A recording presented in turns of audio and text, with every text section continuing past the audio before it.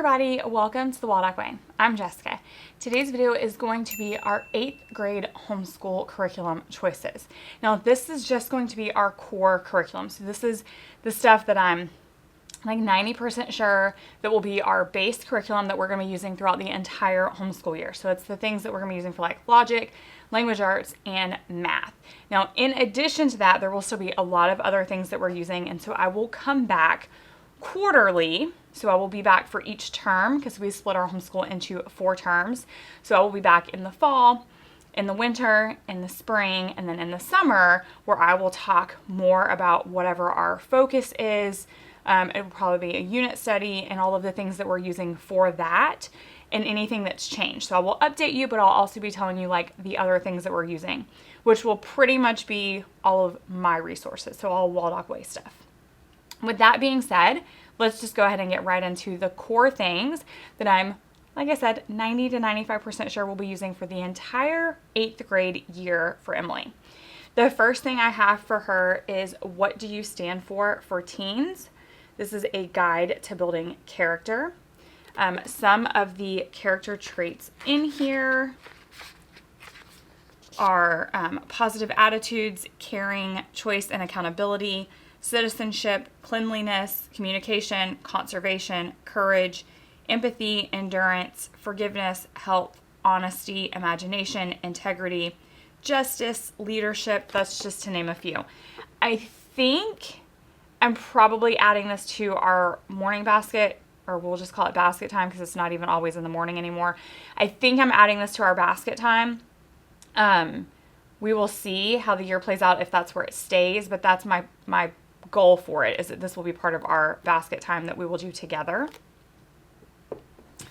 For logic, that is something that we have done a lot for the last couple years. It's been really important to me, and me and Emily both kind of wanted to dig in a little bit deeper than what we've done in the past. So I actually got a curriculum this year.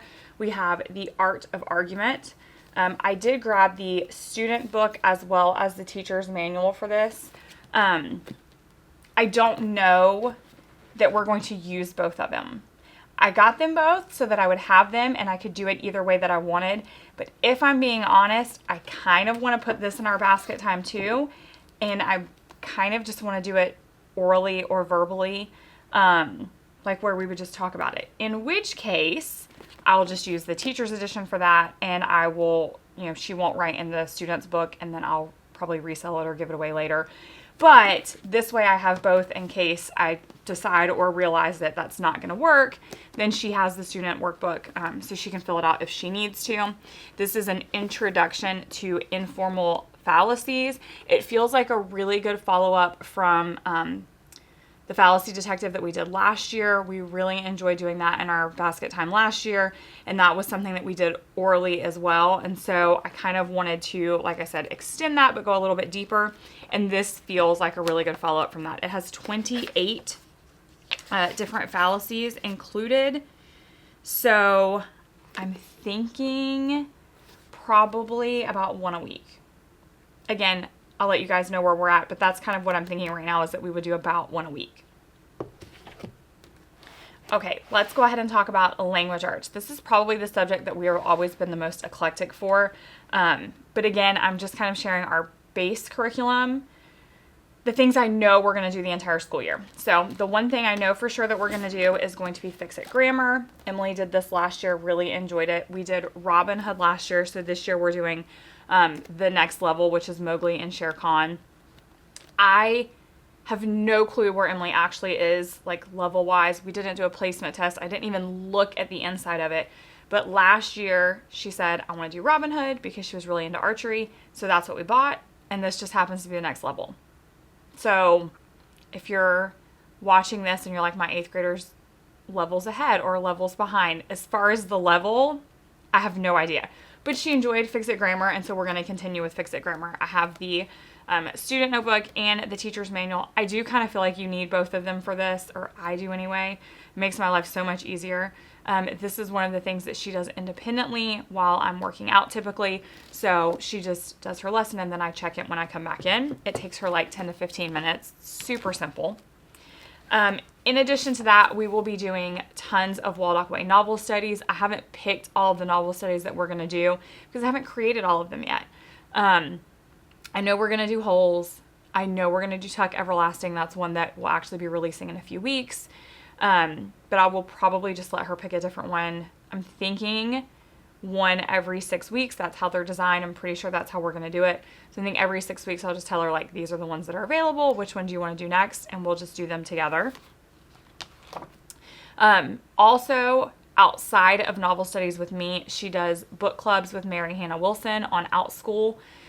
This year she is signed up for the monthly fiction teen book club. So that means she'll be reading one older book each month for the 13 to 15-year-olds and then doing that book club with Mary. And then she's also signed up for the weekly graphic novel book club. So that means she'll be reading a graphic novel every week and then meeting to do that book club as well. And then in addition to all of that, we will also be pulling projects from Language Arts. This is Language Arts for Everyday Learning. It is real world reading and writing for learners of all ages. This is an ebook that will be released in about 2 weeks, depending on when this video comes out. It is very, very similar to the math one that I released last year. It basically has gone through and lists all of the ways that you can learn, like, all language arts concepts without needing curriculum. So it has books for all different concepts, videos for all different concepts, games for all the different concepts. And then there's a ton of different, like, projects in it that you can do to teach language arts. So we'll be pulling projects from this, as well as books and games and YouTube videos, depending on what different concepts that I want Emily to be learning. And then for math, the core, like, biggest part of our math will be Denison Algebra 1. Denison Algebra 1 is like a whole package deal. So you get the student textbook, you get the solutions manual, and then you get the parent guide and test booklet. And then you get the online subscription for 15 months from the time that you purchase it. So the way one of those lessons works is Emily watches the video while doing the guided notes in the student textbook. Then she does the assignment after she's watched the video. After she does her assignment, she uses the solution manual to check her answer. And then whenever there is a test, I pull that out of the parent guide and give that to her, and she takes the test. And then I use the test guide to grade it. It's very simple. This is another one of those things that she does independently. So typically her Fix-It Grammar and her Denison are the two things that she does independently while I'm working out. And then in addition to that, I will be pulling projects out of mathematics for everyday learning, a real world math guide for learners of all ages. Like I said, this is similar to the language arts one. It has books for all of the different math concepts, YouTube videos for all the different math concepts. And I mean, like, for example, you're teaching fractions, you would flip to the page and you could see all the different books, suggestions for fractions, YouTube videos for fractions, games for fractions. And then there's different project ideas for things that you can do that would just be like fun, hands-on ways to teach different things or to have some real-world math happening in your house based off of either your child's interest or just things that you're doing in the kitchen or going shopping, or also just fun additional suggestions that I have in here as well. Now, the only thing that I didn't show you that I know that Emily will be doing on an ongoing basis that will be a part of the core of her homeschool for 8th grade is STEAM lessons that Kevin does with her once a week. They typically do some sort of either subscription box or a kit that I've bought. Some of our favorites have been Tinker Crate, Eureka Crate, Crunch Labs, Hack Pack, Mel Science. They like the physics and the chemistry. And so those are some of the ones that we'll probably be rotating through. They haven't decided which ones we're continuing or getting because we typically do like a 3 to 6 month subscription. So it can change. They'll get one and then they'll get one. But just because we're getting it doesn't always mean that they're doing the one that comes. They've created quite a bit of a backlog at this point. And so each week they just sit down and they just pull whatever looks good to them. So it will be an assortment of subscription boxes and kits that have some sort of STEAM theme that Kevin will do with her each and every week as well. If you have an 8th grader, let me know down in the comments what curriculum you're going to be using for their homeschool year.